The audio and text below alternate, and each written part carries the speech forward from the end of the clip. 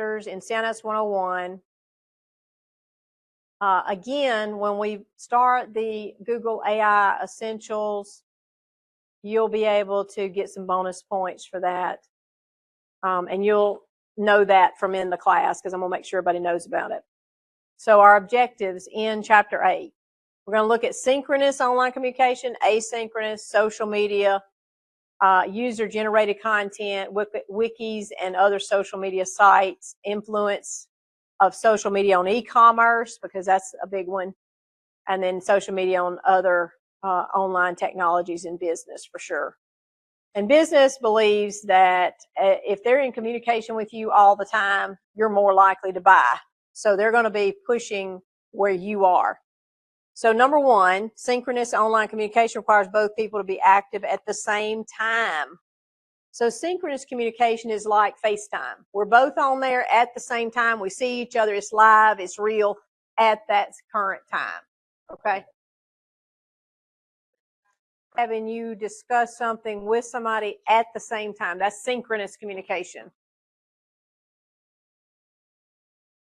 Number two, communicating with one or more people at once can be done through instant messaging tools, IM tools, basically, real-time communication between more than one, okay? Now, you can do more than one on FaceTime for sure, right? More than even two is what I mean. Same concept. So, yes, voice over IP, number three. I'm sorry. Voice and video calls that can travel over the internet, which is voice over IP, instead of using traditional phone lines. They call it VoIP because we're pushing voice, which is digital, typically. Your old POTS telephone line, plain old telephone service, POTS, is being pushed across digital lines. That's a difference. POTS is analog. Computer systems are digital. So voice over IP says we're going to send voice across IP. Number four, asynchronous. So if synchronous communication is online at the same time, what would you think asynchronous means? Very good. When one is not. So number four, asynchronous communication lets a message be read at a later time. Time is the same word there, but this is like you send me an email, okay? I may look at it, right? And then I send you something back. That is asynchronous, okay? You leave a voicemail, okay? I listen to it. I send something back to you. That is asynchronous communication. That's not happening at the same time. Okay, so number five, text messaging and email. Text messaging and email is an example of communication that does not require participants to be online at the same time. Text messaging and email.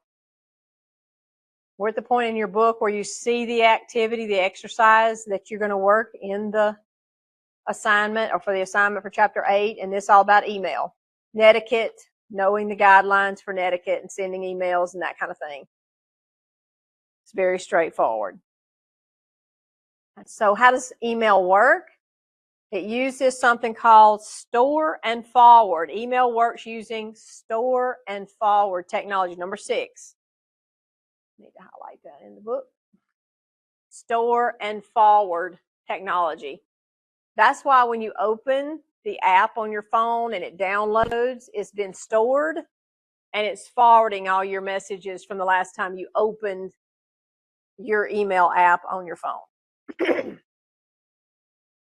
Sometimes you have to verify who you are. Okay, that's called a CAPTCHA. CAPTCHA.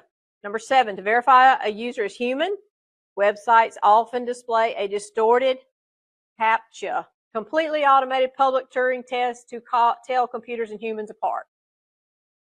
That's why they call it CAPTCHA, so you don't have to write all that. All right. This is where this is an example where you have the letters in distorted form and you have to type them out. you have to pick the pictures with all of the sidewalks in it, or the buses or the cars or whatever. That's all CAPTCHA related. That's to verify you are human. And we do that everywhere. I mean, there's loads of that. It goes in the book to parts of an email, and there's some pieces here that we want to cover. Of course, the basics: subject line, signature line. Number 9 is signature line. Let's go ahead and cover that one. Number 9, a block of text automatically placed at the end of an email is called a signature line, and you can create this in any email platform typically. Okay, where every time you open it up to send an email, your signature line is down there, your information about you, maybe your actual signature. When you get to the to section up here, let me get up here to this, there are 3 items, to, CC, and BCC. You may not know about BCC, and that's what they're trying to cover here. Number 8, to keep email addresses private. When sending to many people, you should use the BCC field. Okay, so what does CC stand for? To is it's going to that person.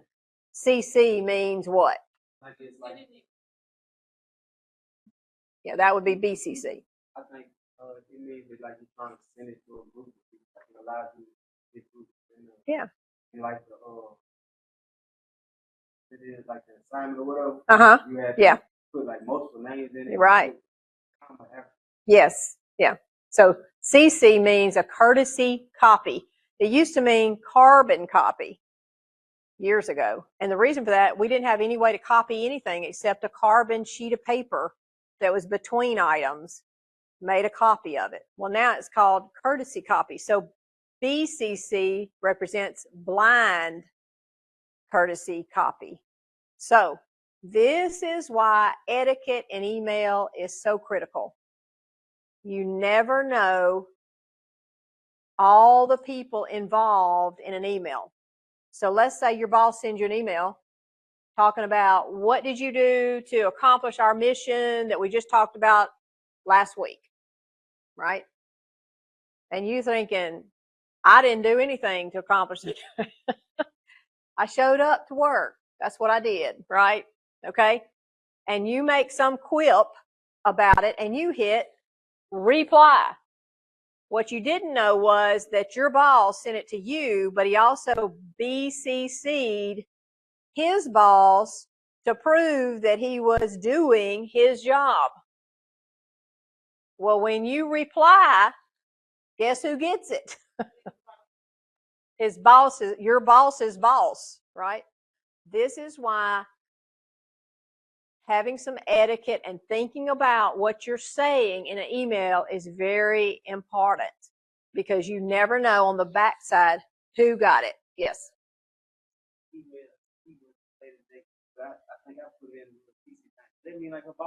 Nope. Nope.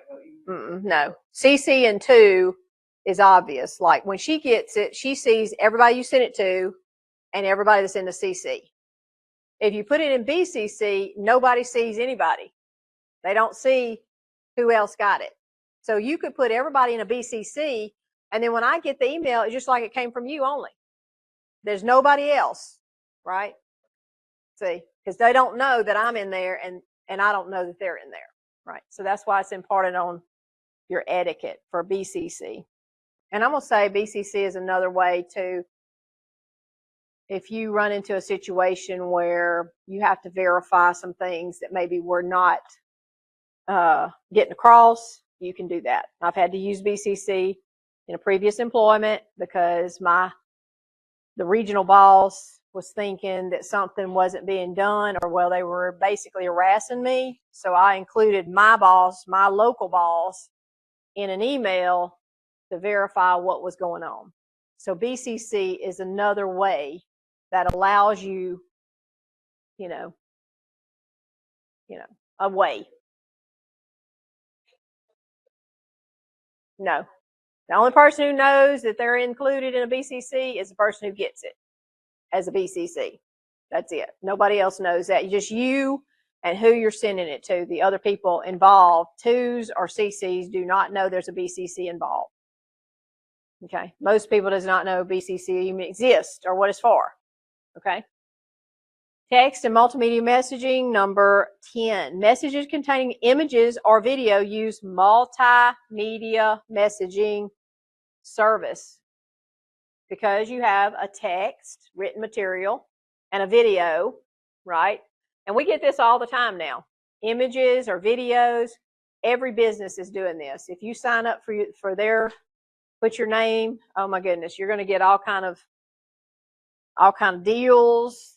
The discount happened today at such and such, right? Anytime you're combining platforms there, that's what it is. Number 11, one of the first types of online social media communities was forums. Forums were where you could go look up material. Like if I had a problem with a computer, a lot of times I would go to a forum. It was like a discussion or message board. Now look, people back then, they just used their normal language, just saying. So if you go to forums, just be aware the language may not be as appropriate as it should. Just saying that, because sometimes you got to dig through to figure out what you need. All right, so discussion boards and forums, some of the first social media ways that people could communicate with one another and offer solutions to things. Well, what happened with the internet is we went to Web 2.0 tools, and these are tools in which people create. Originally, the internet was just strictly information. With Web 2.0 tools of social web, the different tools that allow us to create, allows everybody to create their spot, right? So it allows you to include items that maybe before you couldn't. So there's a lot of social networks. One of those is called number 12, a social network specifically for business professionals is LinkedIn. LinkedIn. So LinkedIn allows you to create a profile in your field. So let's say you're, like mine, IT. I'm in IT. Every time I get a certification, I typically put it on my LinkedIn profile. People that I know that know me will verify that, yes, I know something about Microsoft Word, PowerPoint. I know something about machines and IT, right? You can verify skill and ability in LinkedIn. So, and here's an example of it. This is what it looks like in a profile. Now you can even apply for jobs through LinkedIn. Used to, that wasn't an option. Virtual worlds. Anybody in a virtual world that you want to admit to? Second Life, any kind of morgue.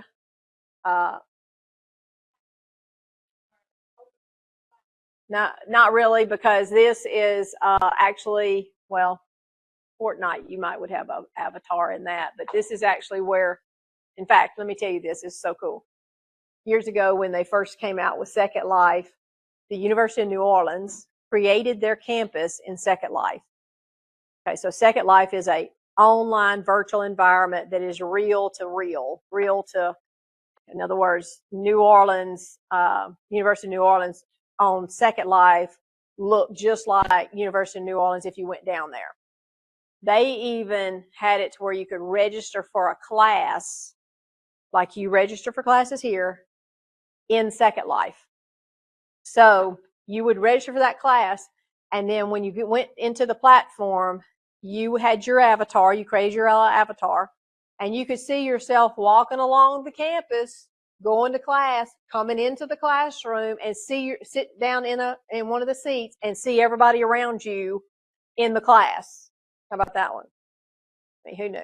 It's kind of cool to think about, but these massive online multiplayer online playing games. Now, some of this is called the metaverse, right? Computer generated universe. That's what we're talking about. They can work, play, and interact. You can earn real money in a virtual world. I'm just going to let that lie right there. Okay? Just know that's an option.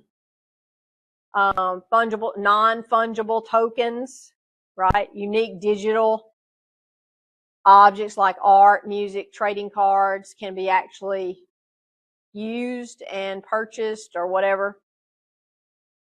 Just know that that's available. All right, number 13. The world's largest online video hosting site is YouTube. YouTube. So, largest online video hosting, YouTube. Number 13. Number 14. One of the most popular image sharing sites is this one, Flickr. Flickr. Nah. Flickr, well, look at how much. Free account, you can post up to 1,000 photos or videos. 1,000. That's a lot. Of course, we're picture mania people. Now 1,000 is like, 1,000 is all you get?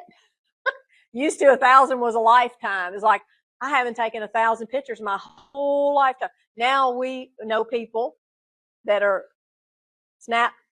I mean, they take pictures of everything. Here's my food. Click. Oh, here's the day. Boom. There's, oh, it looks like this outside. Click. I mean, they done took, how many of you have already taken 5 photos before you got here? Anybody want to admit it? Come on now. I know somebody. All right. We're just saying 1,000 may not be where it used to be. All right. So Flickr, just be careful. Now, remember, this is your data. You have to protect it. All right. Now, music. When we talk about music, we're looking at Pandora or Spotify. How many of you like Pandora or Spotify? One or both? Pretty good. Pandora, I like Pandora. It's free. I just use it. I'm a user of these apps, even if I don't pay for them.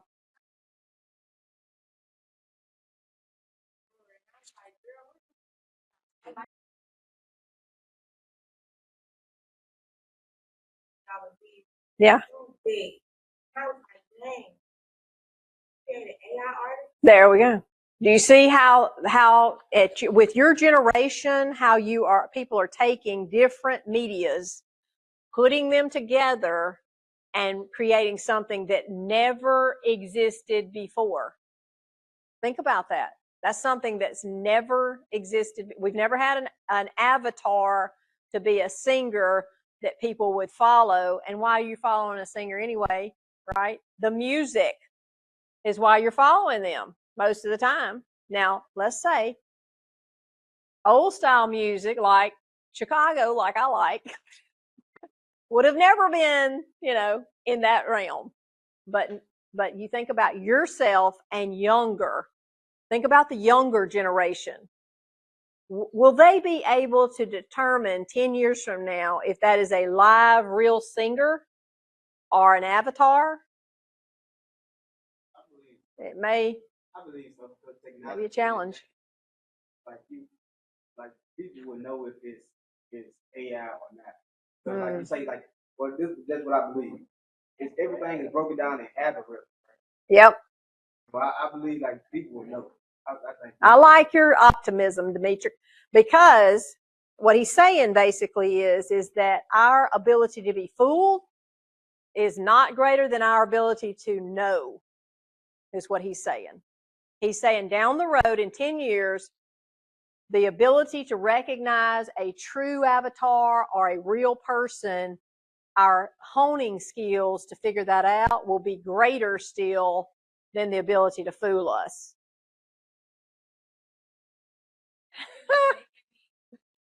Yes. Yes. Yep. Yeah. I ain't gonna lie to you. I'm gonna say one more thing. Okay. They got like a video. They got like a video, like a monkey or whatever, and the monkey like talking and doing everything. And you swear to God, it is real. Real monkey. Yeah. And it's it. But if you just look at it though. Yeah, you kind of figure it out, don't you? Right now you do. What happens when AI technology gets even better? Think about it. Yes, it is. And it won't be my generation. It will not be it's going to be you as young people, leading the charge to make sure that what is real and what isn't, and making sure people understand that. And you personally, including your families, think about that.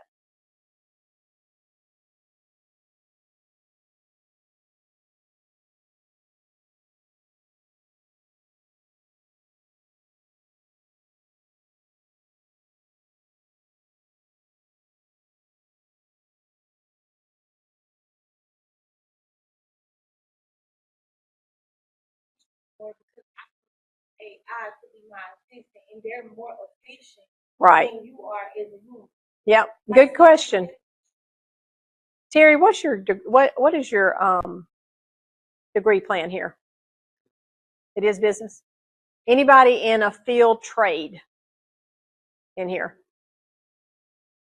Can AI dig a ditch? Can AI pull wires for electrical? Can AI pull lines for Ethernet? Can AI mop floors? Can AI dust?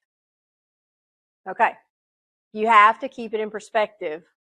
What happens is, truthfully, what business is saying is that they're getting more work from their current employees. And just when I was at the cybersecurity summit recently, they talked about, we haven't lost employees.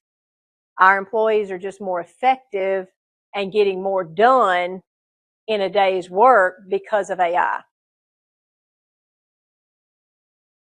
You think? Yep. Like we don't have any ideas anymore. Like AI can come up with a better idea than me. Good statement, because that is an issue about creativity and really what is our mind able to do comparatively. Yes. Yeah. Yeah. Mm-hmm. Why would we destroy art with a, remember, this is all machine based, isn't it? It's all what Demetrius said was about algorithm. This is all mathematical algorithms that are being created. Mm-hmm. Recently, like I had like a job interview, right? So you know how when they give you that like a prompt and they got somebody that you think you're a person with, it's like a real person. Yeah. The whole time they fake. The whole Yep. time it's AI. Yes. So yes. I'm thinking this is a real person. I'm thinking this is a real person I'm talking to. Mm-hmm. And anyway, I had the interview. I go up there. As soon as I go up there and I talk to the lady was like, "So sorry, sir. It's been a whole misunderstanding. We're not doing this, and that is AI, and that is our system, our generated system. I don't know why it's continuously doing this. We both shut down. So they still using like AI. I'm just going back to what she said. They use AI in like our job. Yes. But it's like beneficial reason. Yep. Well, I think it may be one day some Terminator salvation. I could take every entity. It's not. Yeah. Well, I'm gonna say too, what we learn. Who is it that generates technology? People. People. We create it. We come up with it. Now the Lord enables us to do that because He gives us a mind to work and to do things. But in truth, it doesn't generate itself yet, right?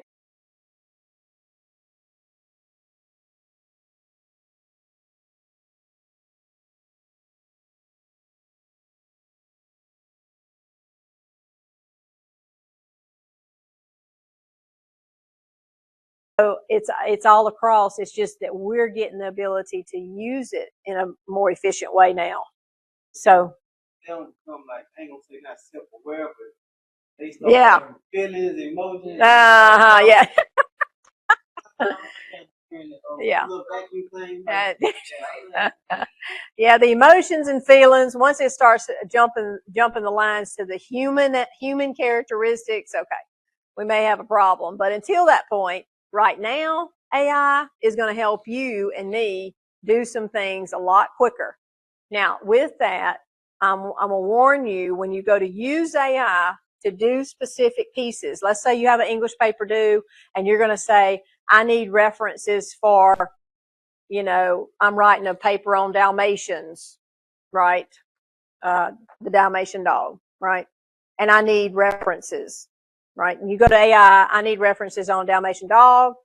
And then you can become very specific about what references you're looking for, right? Yep. And it will give you references. Now, your responsibility is what?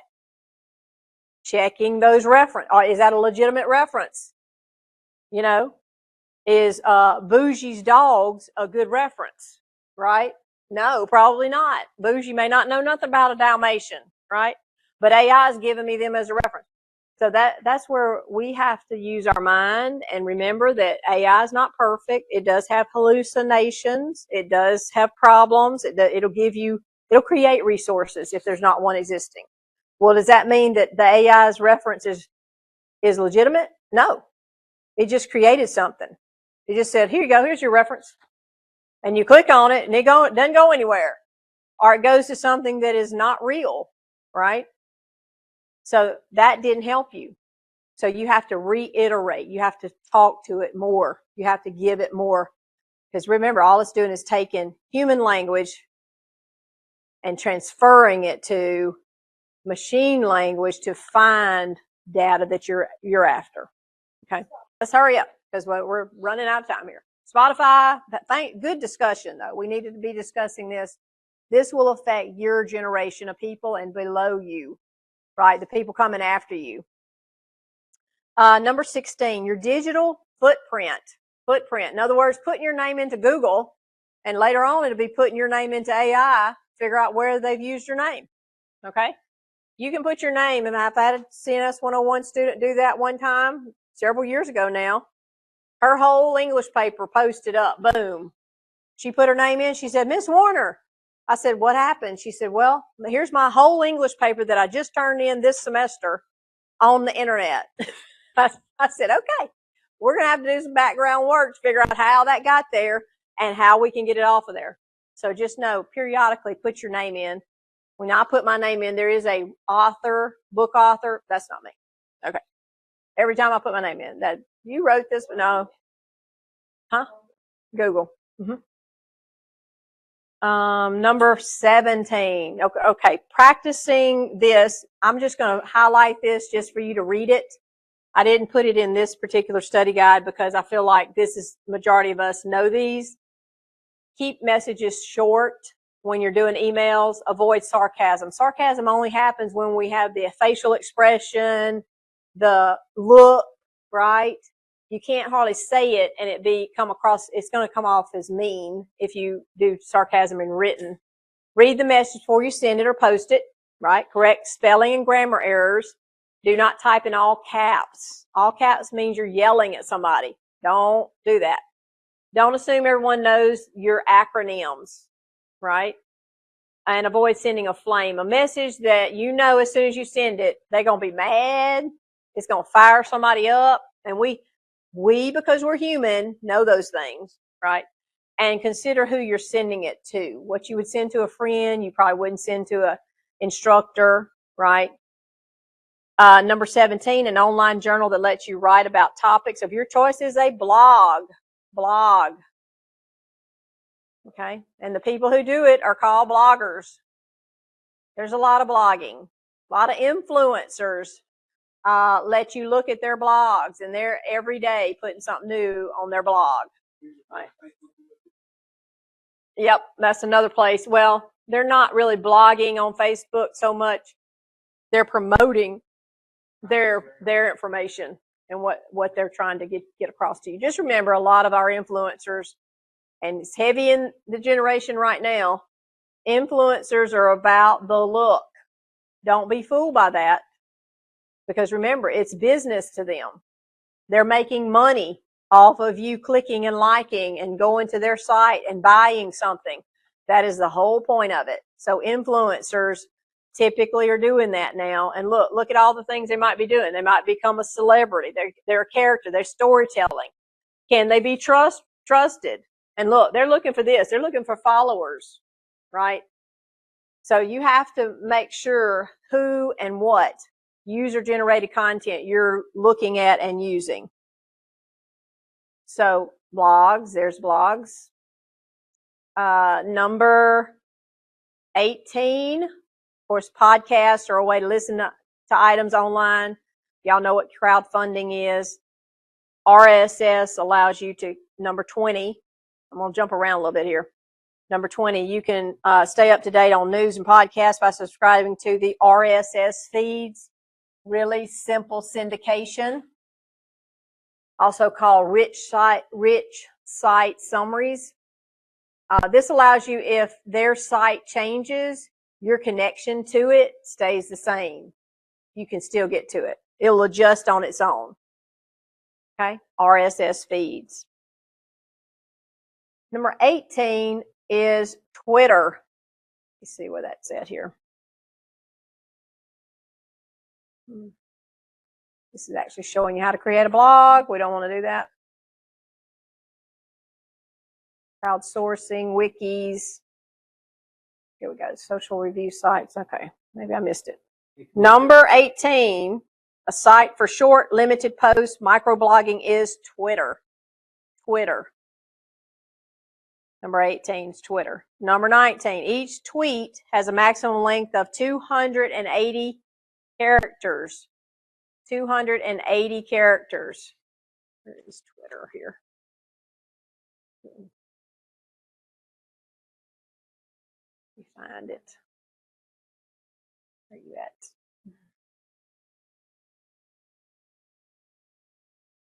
There we go. So Twitter allows you to microblog. Number 21, when money is raised from many small investors, it's called crowdfunding. Crowdfunding.